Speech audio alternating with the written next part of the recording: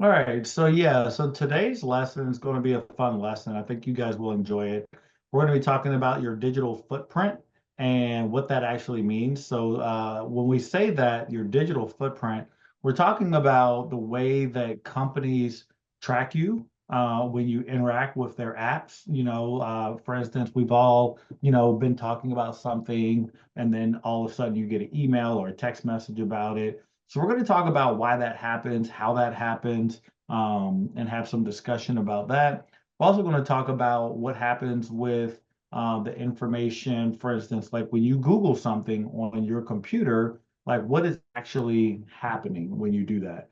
Does Google use that information to build a profile on you? We're going to talk about that. What happens when you post on social media, like Facebook right here? Is that public information? Can you ever delete it? How long does it stay there? Who can see it even, right? Is it only your friends and family that can see it, or is it open to the public? So we're going to talk about some of those things today. But to start off, a little bit of a fun example, and this is a very real world example. This happens all the time. What do you guys see happening here in this photo that I'm sharing?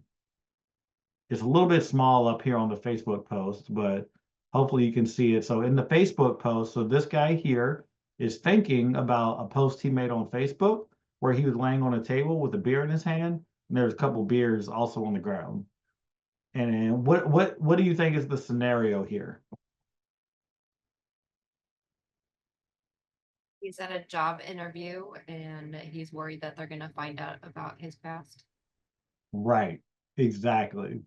And he's thinking about that post that he did on Saturday night when he was at the bar with his buddies, and he posted, "Oh, I had such a good time last night. Drank myself to sleep," whatever he said. And his friends in college like it, and they laugh about it and post comments like, "Oh, you're still getting drunk," whatever they're doing. But now he's in a job interview, right? A couple years later, maybe even a couple months later, and he wants to present a respectable, responsible person. And he's sitting there in the interview, and the lady says, "We're looking for someone who's responsible." And his first thought is, uh, uh, I'm kind of that guy. If they saw my Facebook account, they would know that maybe that's not who I am. And if you work for a company, is it important that well, I'll ask you this, do you represent that company with all the things that you do on and offline? Like, for instance, if you're in the army and you post videos and photos of yourself outside of work, but doing things that are a little bit like this, like yourself at the bar, getting drunk, etc., does that also reflect upon the army and the uniform that you wear? What do you guys think?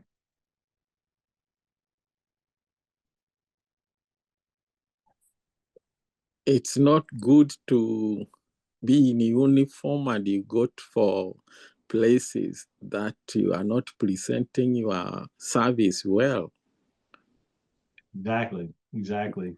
And we're not saying that you have to not be yourself, but you do need to be aware that everything that you post online can be seen by a lot of people, specifically like employers, family members, all of that stuff. Till this day, I have certain family members of mine, younger females, that post things online, and it just makes me go, I wish they wouldn't have post that. Like, because, like I know they're young, maybe 18, and they're posting pictures of themselves with and not too many clothes. And I just think to myself, wow, like I hope in 5 years when they're going for that job interview like this gentleman, they can represent themselves and look professional, and that's not going to catch up with them. How long does information stay on websites like Facebook or Instagram if you post it and you don't lock it down? How long does it stay there? Infinitely. Yeah, infinitely. It's always there. And this is a little thing that a lot of people don't know. Also, is once you post it there, they actually own it. Okay. So once you've posted it there, it's actually not yours anymore. That is now public information. Yes, you can do some things to potentially keep certain people from seeing it, and I only want my friends to see it, or whatever the case is. But there's ways to get around that, honestly. Like, could your friend grab the photo and repost it? Yes. Maybe that's not going to keep people that you don't want to see it from seeing it. Maybe you locked it down, but you have other people that are sharing that photo or that story or whatever it is. So it's just important to be conscious about what we post online, because once it's there, it's there. And if it's something you might regret later, maybe you take it back. I remember hearing a story about a young football player. He was in the NFL draft, about to go into the NFL. He was going to be highly regarded. He was going to be one of the top picks, and he was going to go on into the NFL and make millions of dollars and be very successful. And I remember some news person dug into his Instagram or his Facebook account, and they went back to when he was in high school, like a freshman in high school. And he said something that could be taken the wrong way. It was like a potentially a racially offensive type statement that he said. And they asked him about it. They said, "Hey, what about this thing you posted, 7 years ago? You said this when you were a freshman in high school."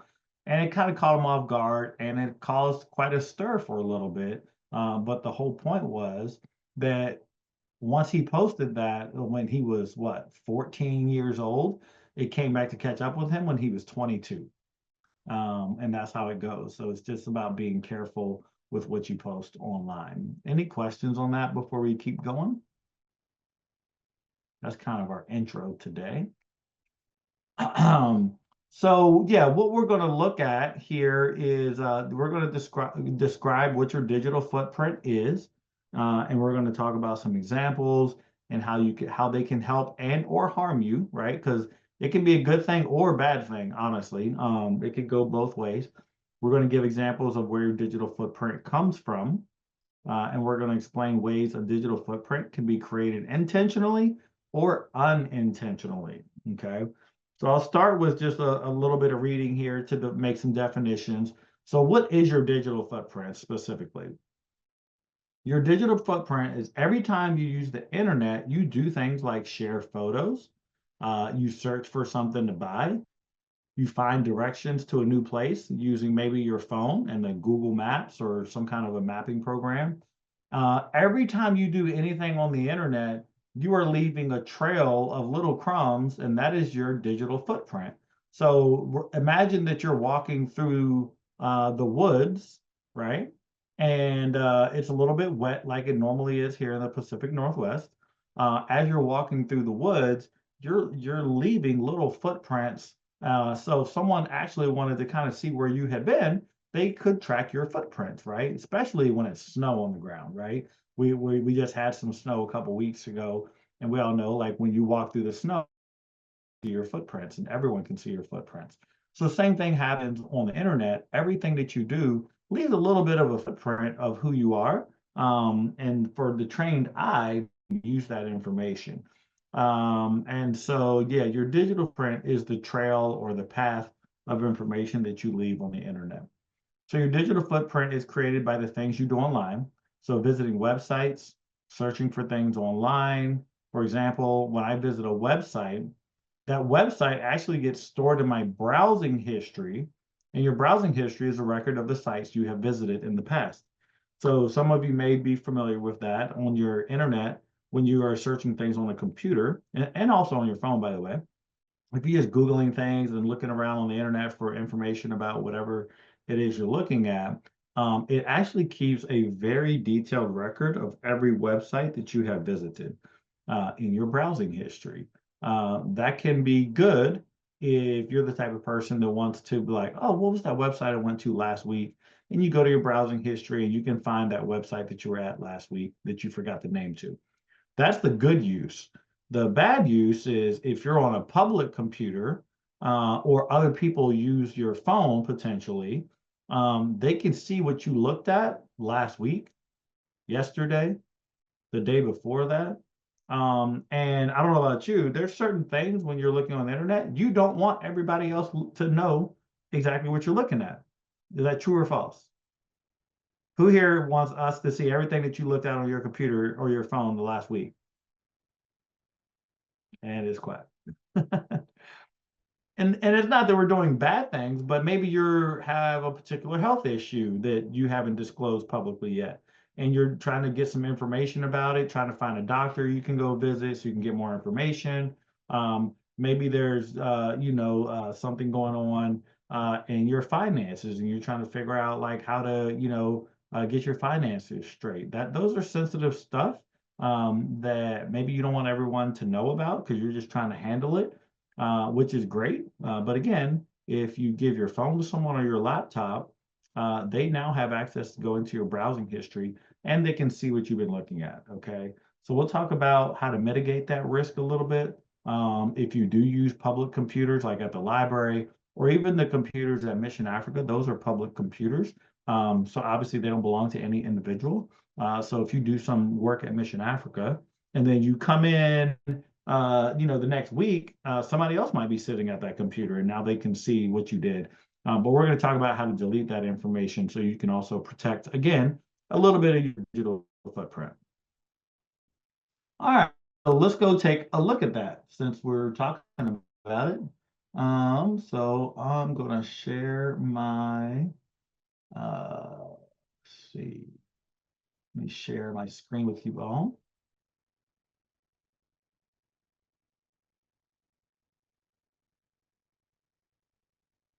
Okay, so you guys should see my screen now. So I'm just on like my Gmail, right? But I can also just go here to google.com and let's search what is the interest rates on mortgages today. So let's say you were just thinking about buying a house or something, right? Okay, the rate is at 6.76 on average, etc. Then you could say, what is the best schools in Seattle for high school students? Maybe you're thinking about putting your kids in a nicer school and you're thinking about where to move to so that they can go to that school.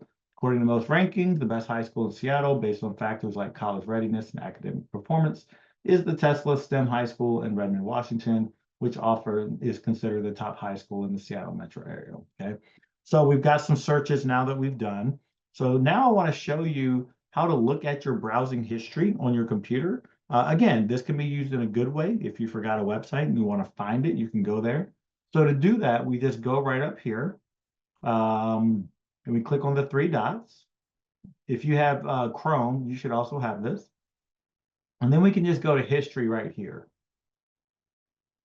Okay. Now right here, we can see kind of our basic history.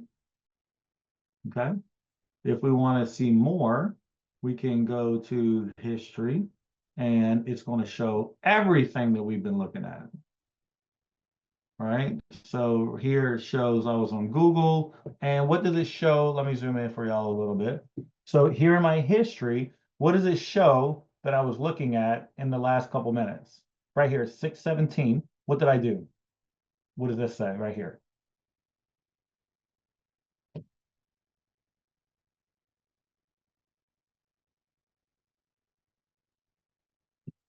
At 6:17, right here, it says that I Googled what is the best school in Seattle for high school students. At 6:17, I also went to the Google site. Yeah. Right here, I deleted an email that showed me that Daniel Masika had joined the meeting. I also deleted this email. I went to the YouTube page and I looked at the fishing video. Okay. I opened up Zoom right here. This is me opening up Zoom and starting the meeting. Right. Let's see here. This is me looking at the free computer class. This is me looking at some stuff on Redfin and Zillow, a lot of stuff there. We've been looking around. So a lot of information on my browsing history, right? Now, if I wanted to, I could go back and guess how far this goes back. Pretty, okay. Again, is that a bad thing? No, not necessarily. If you use a personal computer, no one else is using it, so no one else is going to be able to go look at your information. But if you're using a public computer, you can probably imagine how this might be a little bit worse.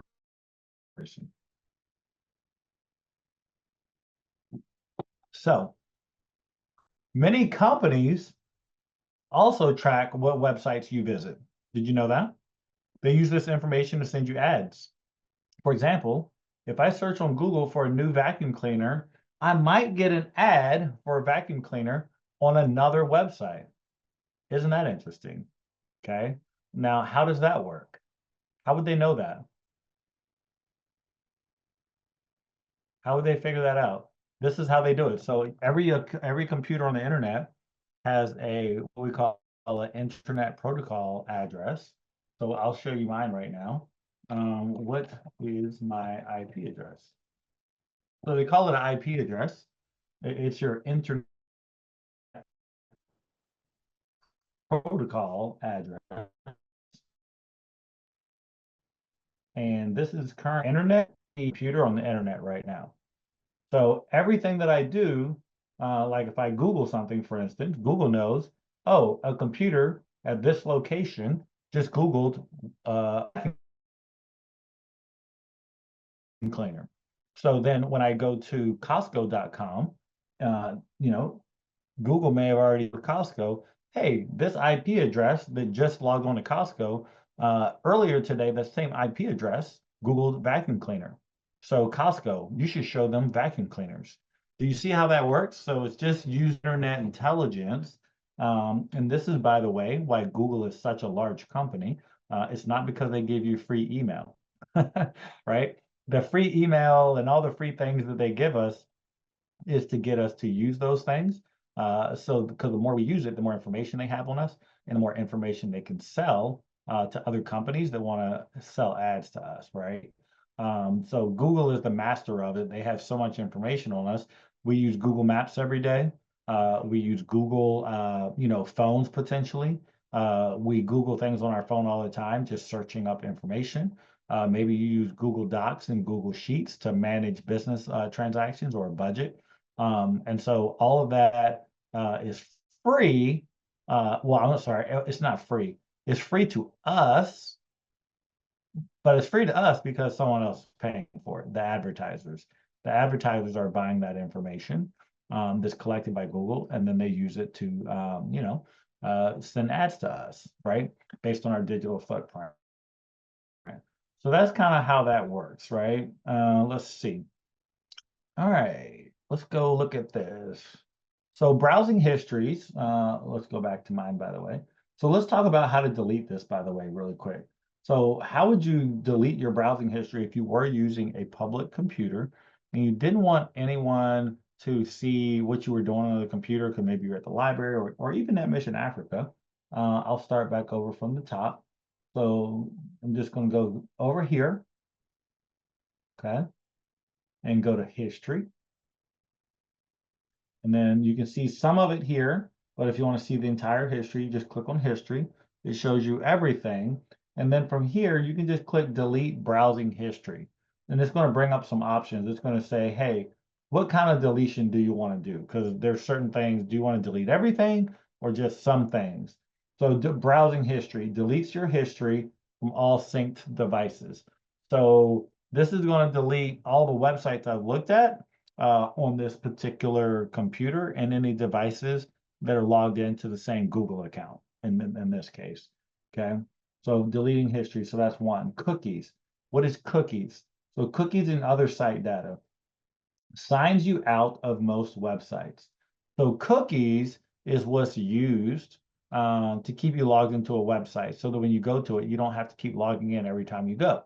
So for instance, if you go to google.com and earlier today you were at google.com and you were signed in, now there's cookies on your device. And cookies is just a very, very, very, very tiny crumb.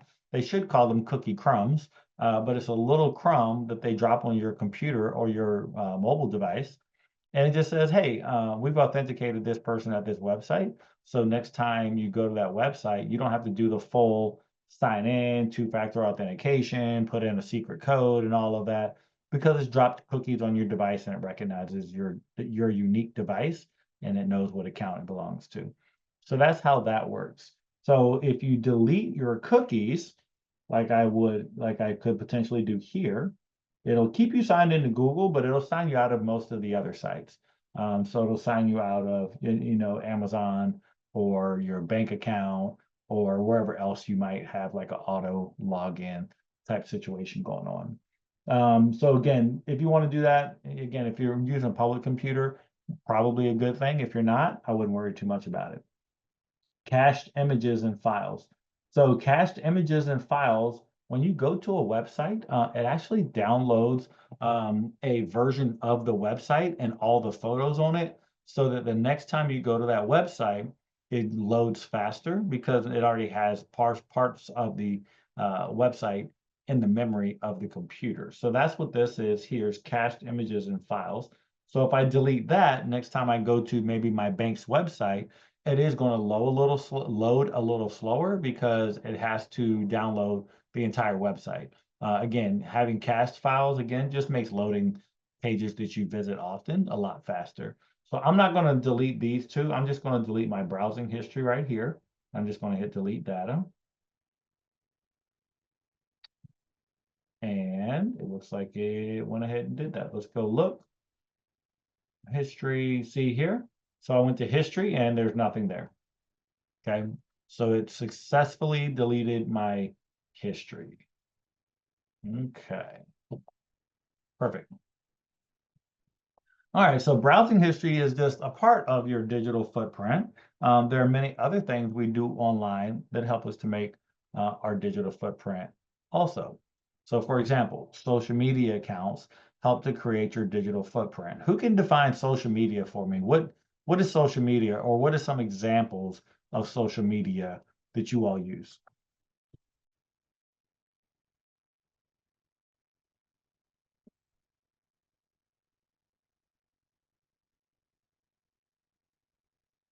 Facebook, Instagram. Mm-hmm. Yep, Facebook, Instagram. What about LinkedIn? TikTok. What was that one? TikTok? Yep, Yes. TikTok. What about LinkedIn? Yes.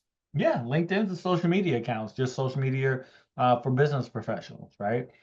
Social media is just ways for us to connect with other people, where we usually just post ideas and thoughts or maybe photos, and they can comment and they can see what you've been up to and you can see what they've been up to.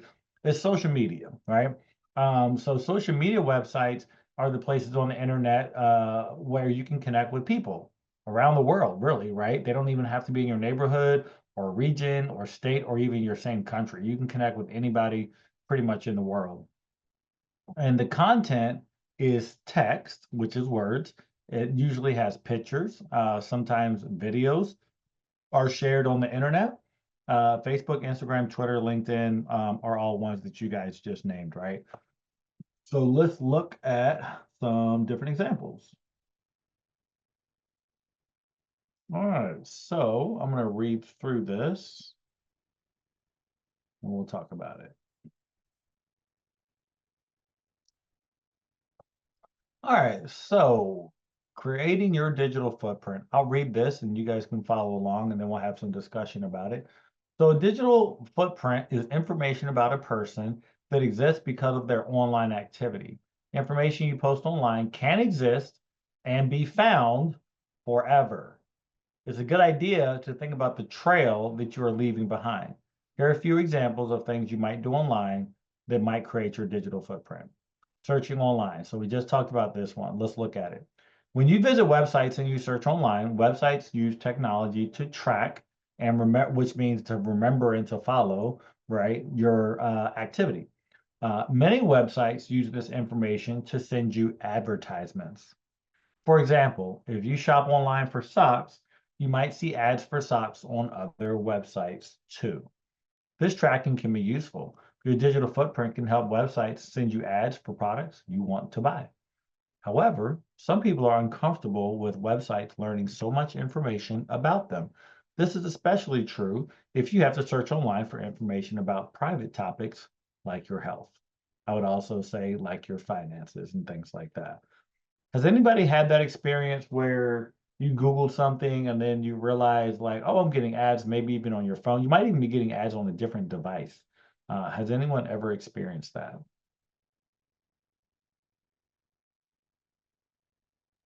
Yep. Yeah. Yes. How does Yes. it feel? Does it feel a little invasive? No. Yeah. No. No. Okay. Sometimes for me it does. And specifically, there's one social media app I'm thinking of. I won't say it here, but you don't even have to have the app open. You can just be talking in your house, and then all of a sudden you get an ad for the thing that you were talking about in your private home. That feels a little invasive to me. When anybody here have Alexa? Or Alexa's Amazon's like voice, speaker that you can talk to. What's the other one for Apple? Siri. And then I don't know what Google's one is called, but anybody have those devices in your home where it's always like waiting for you to say, "Hey Siri, help me with this," Mhm. or "Hey Alexa, can you help me with this?" You guys are familiar with Mm. those devices? Yes. Mhm. Yeah, so I have a question for you. If that device is always waiting for you to say, "Hey Siri," what else is it listening to? Everything. Isn't it listening to everything you talk about? It is. It does. Right. And we gave it access to do that because we want to be able to say maybe once a day, "Hey Siri, what's the weather today? Mhm. Is it going to rain?" Right? Yeah. And honestly, we have one. We don't even use it that much. But it's collecting information on what we're talking about in our homes, and we gave it access What? to do that. Oh my goodness. Oh yeah, Why? and What? and we all have smartphones too, don't we? Anybody Yeah. here Yeah. have a Apple phone? Yes. If you have an Apple phone, if you say, "Hey Siri," you can ask it a question. So what is your phone that you carry around with you all the time? What is it Mhm. listening for all the time? Yeah. Jesus. He said, "Jesus." It's listening to everything you talk about because What? because it's waiting What? for you to say, "Hey Siri, what's the weather? Hey Siri, give me directions to a restaurant where I can eat French fries or Yeah. something." Mhm. Oh Right? But while God. it's waiting, it's also listening to everything you're talking about, to everybody you come in contact with. If you're using Google Maps, it's also tracking you, right? So it knows your location Yes. Not the and it location. knows who else is probably there with you because it's also What? tracking them. How? Why I How? wanted How is our safety, Tisha? this is the world we live in. You can turn off GPS Mhm. location on your phone, but then Yes. you can't use your phone maps, right? So this technology, it helps us, but it also, and this is why we're teaching this class today, it's just important to understand what's happening, right? So yeah, like I use Google Maps all the time. I do, but because it's not really feasible to every time you're done using maps, go into your phone and turn off GPS location. I typically just leave it on. But you can, and an Apple phone will do this every now and again. It'll say, "Hey, this other app has been tracking you. Do you want to let it keep tracking you?" And you can say no or yes. And you can even go into your phone and let certain apps track you, and you can turn it off on other apps. Okay, so that is an option that you can do if you want to limit which companies can track you. Um, Yeah. this is why, but this is again why so many services these days are free.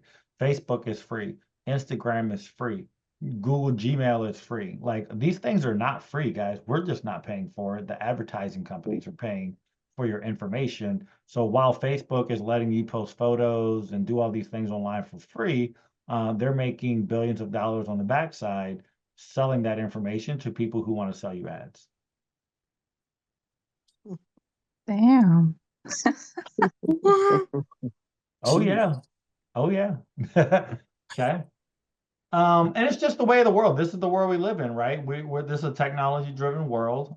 We rely on it, but it's just important. Like if you don't want devices listening to you. Maybe you don't want an Alexa in your house, but again, you probably got a smartphone that's already listening anyway, right? Because how long do we really go without being in the presence of our phones?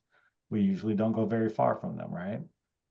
Which means it's like the phone is recording me. It's not recording you, but Mm. it'll pick up key phrases and then it'll try to advertise things to you. Now what a lot of these big companies, what are some of the biggest companies in the world, right? Companies like Amazon, Microsoft, uh, Apple, all of those companies, Google, yeah, all of those companies offer you services for free, but they also are you grabbing a lot of information from you, which is why they're Okay. so profitable because that information allows them to build a profile about who you are. And the more they know about you, the more they can sell that information to advertising companies. For instance, if an app is tracking me, it knows that I like to watch basketball games in the evening. Yeah. It knows that I have a couple kids. It knows their approximate age. It knows approximately where they go to school at because I take them there every day. It knows where I work in downtown Seattle. It knows my Google search history, so it knows what I've been thinking about. It knows me better than my spouse knows me. Erica doesn't know what I'm Googling on my phone. She doesn't know, what time I got to work and what time I left or some of those things like that, right? Like the internet really does know us very well because of our digital footprint, So I right? have a question. So Yes. these people who calls our numbers all the time people calls your number and then you don't know who they are keeping quiet. Are they monitoring anything in our phones or what are they doing? No, This those time. people, no, those people got your phone number from somewhere. Oftentimes when we fill out forms for like free information or, hey, just fill out this Okay. form and you be entered into a lottery to win a ticket or whatever. So they use Mhm. your phone number from that and then they call you. But the reason that those people are usually quiet is Mhm. because they are in an office where they're Mhm. calling 10 people at a time. So Okay. they have 10 phones that are calling out, right? So when you say Mhm. hello, they have to mute the other 9 phones and then pick yours up and say hello. But that takes a second, doesn't it? Okay. That's why there's usually a delay when you say hello and it's Yes. quiet is because they're trying to quiet the other phones so they can pick it up and talk to you. Okay. Okay. Because they're calling people in bulk and they're in an office somewhere, probably not even in the United States.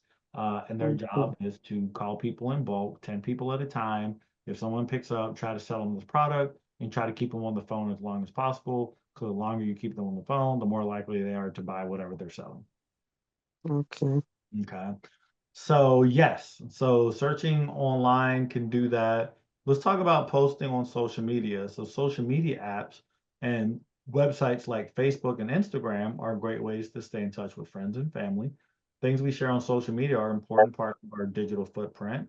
And social media is a great way to make an online identity, right? So a lot of people have actually monetized this. I think of a girl that my daughter Zoe watches on YouTube. The girl just makes funny videos. I think she's called Utah Moms or something like that. And she just makes funny videos and it's fun to kind of watch her be silly, right? So she has used social media to create an online identity for herself. Um, your social media posts might be seen by potential employers or people you don't even know. According to a survey of career builders, 70% of employers look at an applicant's social media and their online presence before hiring them. The information employees see can, or employers see, can help them decide to hire an applicant. If employers see positive posts or good posts about an applicant's qualifications, they might want to hire them. However, if they see negative stuff, of course, that could hurt their reputation. So digital footprints are important because they are a part of how we present ourselves to the world. This is very much a part of who we are these days. We all have some kind of a digital footprint online. If you've been on social media, you know that that also can represent for a lot of people who you are and what you're about. Some people post more than others. Um, And here it says, so before applying for a job, it would be a good idea to clean up your digital footprint. Before applying for a new job, it's a good idea to clean it up. And then it says here, have you Googled yourself recently? What did you find when you Googled yourself? So that's an interesting concept. Has anyone here Googled themselves lately? Hmm. I want to Google myself. Say how. I'm gonna do it. Let's see. Hmm. Oh, sharing too much. Let's share this. Eric Hunter, Seattle, Washington. Maybe Seattle might be a little bit. Oh, there's my LinkedIn right there. Boom. I'm not a senior software engineer, so that's not me, but this is me right here. Okay. Eric Hunter, CFE risk manager at Amazon. Let's see. The registered agent of a business. What is this here? OpenGov. Wow. What is this one? Investigative training services? What is this? I don't even know what this one is. Is that your profile? Yeah. Registered agent Eric. Okay, in Seattle. That's not me. It better not be me. Huh. Oh. And then What? what's this one? This is the same guy, Eric Hunter, Yeah. that address. I got to see if that's a real person. Now I'm nervous. Huh. Eric.it's Comcast.net? That doesn't sound right. That is not right. What? Huh. Investigative Training Services LLC. Interesting. That's interesting because I'm an investigator, so I didn't know that there's another Eric Hunter who was an investigator in the Seattle area. Okay. Looks like I got some information to figure out. See, that's why we got to Google ourselves. But if you go here, the first one though, that's my LinkedIn right there. Yep, and it goes there, and this is my social media, and people can come here and they can see like what I'm talking about. They can see my connections. All right, so who I'm connected with. They can see recent posts that I've done. They can see basically my my career and kind of my different jobs that I've had over the years, what school I went to, volunteer activity that I do, people that have vouched for me, all kinds of stuff. So a lot of information in there, a lot of information. What? What? My God. Where is our safety? Okay. I do want to talk about this part too. Let me share my screen again. So let's talk about your unintentional digital footprint and your intentional digital footprint. So your unintentional digital footprint, that is like something like Sierra wants to buy a bike. She uses Google to search for bikes that she's looking for. She finds a lot of options and different prices. And later, when Sierra is using the internet, she notices she got an advertisement for bikes and they keep popping up. Why are they popping up? Again, because like these companies share our information, especially when we're using free services they provide. Again, are they really free?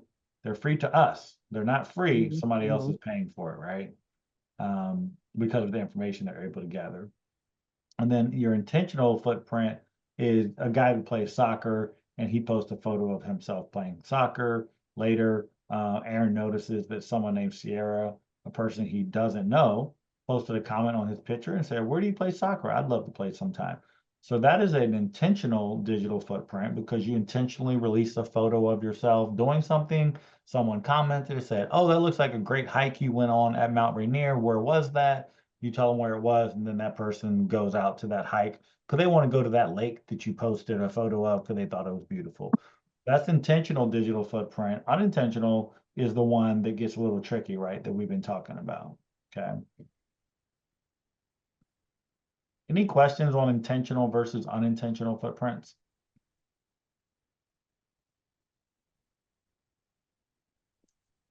All right, let's go through some examples. So you guys let me know what you think. I'd love some participation at this point. So I have we're a gonna- question. I go have ahead. a question, please. Yes. Can somebody delete it?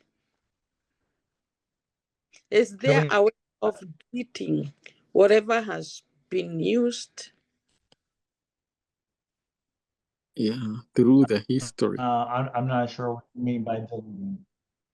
Yeah, I'm You can asking. delete your internet history. Or you can. Yeah, You can delete your internet search hit, yes.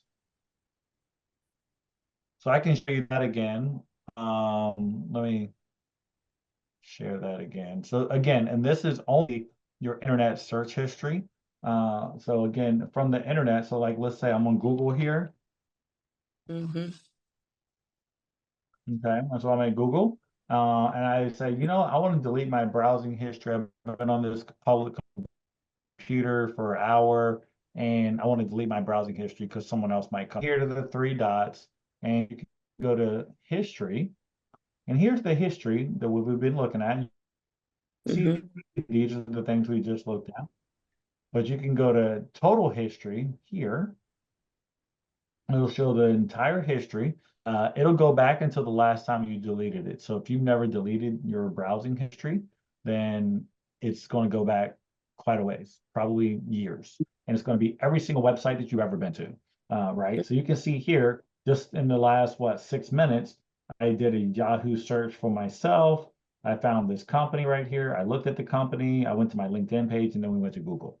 So again, it's tracking everything. So to delete that, you can just select delete browsing history here, and then just make sure that that area there is clicked, and you hit delete data. So now if I go back to my history, notice that it's blank. See, if I go to history, it's blank. Okay, so that is how you can remove your history of your browsing, but that is only your internet browsing. Okay, it doesn't delete like your old social media post or anything like that. You can delete some social media stuff, but generally speaking, if you've posted it, it's pretty much there forever. And I actually know that as a fact because there's technology out there that does what we call scraping. Has anybody ever heard that technology before? no. So scraping will browse the internet and it basically captures the entire internet and it does it like, I don't know, once a week or something like that.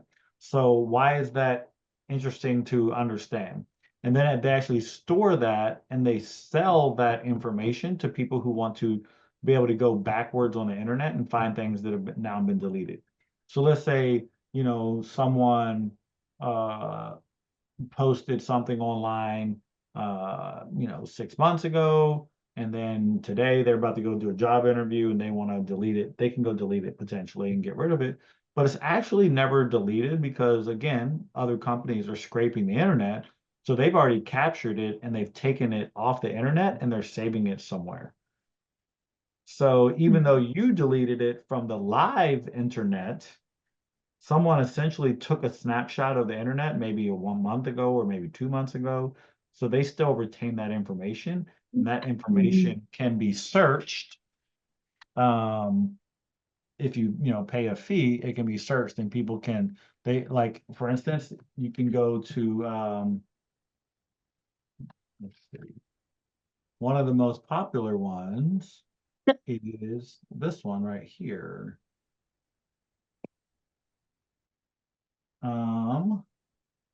It's called Wayback Machine. So look, explore more than 960 billion web pages saved over time. So again, it goes backwards. So let's say I don't know if this will work. How far does it go back? It has 5,000 captures on Amazon, all the way back to 2013. Let's see.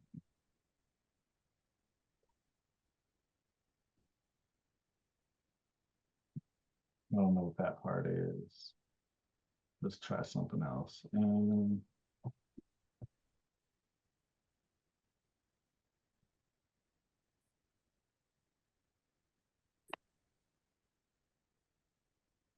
Did you see here? Like it shows you, this one's loading right now. Looks like the oldest one it has is from 2003. Yes. See, this is what the website looked like in 2003.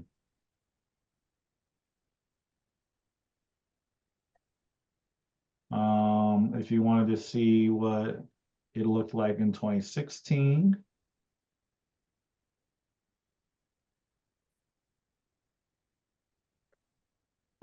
Gotta figure choose. Okay, looks like maybe it, huh? Is it loading? I can't quite tell if it's loading or not. But bottom line is Wayback Machine archives the internet.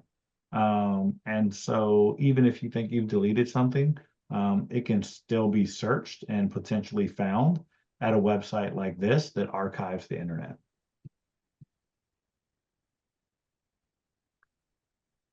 Okay, yeah, so they don't have this particular one. Okay. All right, let's go look at some examples, and I want you guys to help me understand which one of these are intentional and which ones are not. So we're gonna, let's see, in pairs, we're gonna read each statement. We're gonna decide if the statement is true or false, and how do you know? So browsing the internet, shopping online, and posting on social media are all ways to create a digital footprint. Is that true or false? True. It's true. Yeah, that's true. Go. Number two, digital footprints can never hurt someone's reputation. False. False. Agreed. Digital footprints are always positive. False again. False. Yes. Mhm. Visiting websites could create an unintentional digital footprint. True. True. True. Yes. Not a whole lot of way to get around that either, guys. So you just have to be aware of it. It's just there. Information you share online can exist and be found forever. True. True. True. True. Even if you delete it, can it still be found? Yes. Yes. Yes. Yes, because of those archive websites. Like Facebook. Even Exactly. Google, I don't think if something disappears in Google. No, it's always there. It's always there. Yeah. True. Yeah. And I mean, once you've created a digital footprint on Google also, that's always there Mhm. too. Like forever, they're probably going to have a record of, Margaret signed in her Gmail account on this day from this IP address at this location. Like that's just Yeah. going to be information that they keep, right? Mm. Your browser, so that's your internet browser, the thing you use to access the internet, can track websites you visit in your browsing history. True or false? Your browser can track and remember every website you visit in your browsing history. True. True. Yeah, true. Oh, it's Mhm. false. It's true. It's true. No, It's that's true because remember we looked at the browsing history. So that's the key right here is browsing history. So that keeps a track of everything you do while you're on Google Chrome, or if you're on an iPhone, it might be Safari, whatever one you use, Firefox. They all do the same thing. They all track our browsing. Most employers don't really care about your digital footprint. They Oh. hear. False. False, right? Yes. Most Imagine if you're a police officer Employer or don't someone that really works in care. public safety. Can you imagine if a police officer, while they're off duty, they posted like photos of them, drinking and getting drunk? How would that reflect? Even though they didn't do it in uniform, did that look good for the police department? No, No. right? No. But they care a lot about your Yeah. digital footprint and what Yeah, you do yeah. online, right? Mhm. There's no quicker way it is. brought into the manager's office, then post say work sees it, and then next thing you know, you're in the manager's office explaining why, let's say you are a police officer and like, oh, well, I just stopped by the bar to have a drink and I didn't know anybody was taking a video. Well, somebody took a video and it's on social media and now it just looks bad, right? Let's see. It is a good idea to investigate your digital footprint before you apply for a new job. True. Yeah, and why is that true? Good idea to investigate your digital. You just want to know what the employer is going to see, right? Because Mhm. it's know 70% of employers are going to go look and Google us. So we well Google us to see what's going to come up, so we understand at least what they're going to find, right? So I think that's important. I know for people that are like criminals, that's one of the hard things for them.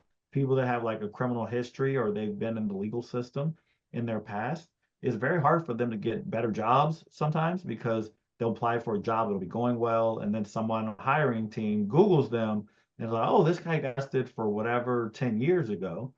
A long time ago, but that might affect their application. And they're never going to tell you that. They're just going to say, oh, we went with someone else. Right. But the truth is they Googled you and they saw something they didn't like. Okay. Digital footprints are important. False. Of course, that's true. And then lastly, digital footprints are just a record of your social media accounts. Is that true or false? False. Oops. Yeah, that's false. Yeah. No. There we go. I have a That question. is for- Question, yeah, please. I'll go ahead and turn on my camera. Yes, I'm listening. Go ahead.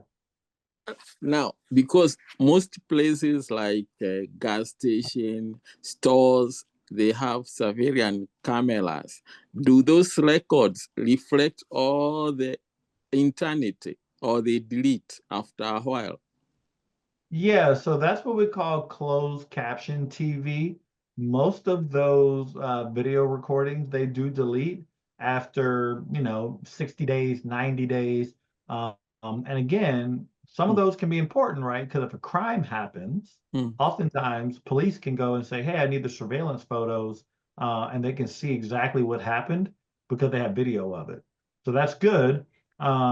It could be bad if they were using it to like surveil us, and they're not. I don't believe that they're doing that. So I think generally speaking, having video in public areas is actually a good thing because it protects the public. Because people, number one, people who commit crimes normally will look for cameras before they commit a crime, and if they see cameras, they won't do it. So it serves as a deterrent to have a camera.